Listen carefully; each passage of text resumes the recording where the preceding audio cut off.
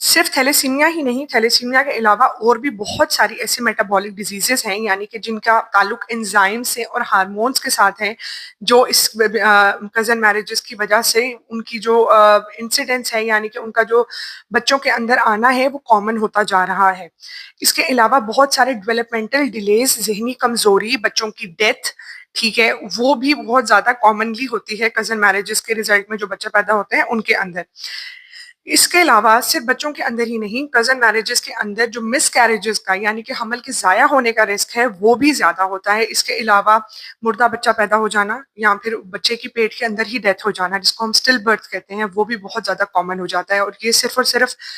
ماں باپ کے لیے بھی اور اس کے علاوہ ان کی پوری فیملی اور پوری سوسائٹی کے لیے بھی ایک بڑا غمگین سانحہ ہوتا ہے، جو کہ ایک ہم پریونٹ کر سکتے ہیں کافی ساری چیزوں سے۔ اب ہم نے ساری چیزوں کے بارے میں ڈسکس کر لیا، پھر اس کے اندر ایک اور چیز نوٹ کی جاتی ہے کہ کزن میرجز میں انفرٹیلٹی بھی بہت کامنلی دیکھی جاتی ہے، ٹھیک ہے۔ اب ان چیزوں کا سلوشن کیا ہے؟ دیکھیں، کزن میرج آپ کی چوائس ہے،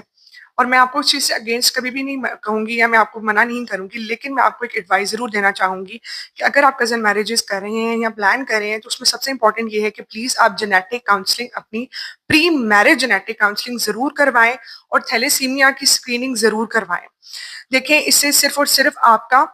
یا معاشرے کا فائدہ نہیں ہوگا، اس سے آپ کی آنے والی نسلوں کا بھی فائدہ ہوگا، ٹھیک ہے۔ اس کے علاوہ اور بھی بہت سی ایسی بیماریاں ہیں جن کی اسکریننگ ہم شادی سے پہلے کر سکتے ہیں، تو سب سے امپورٹنٹ یہ ہے کہ آپ کسی بھی ڈاکٹر کے پاس، کسی اچھے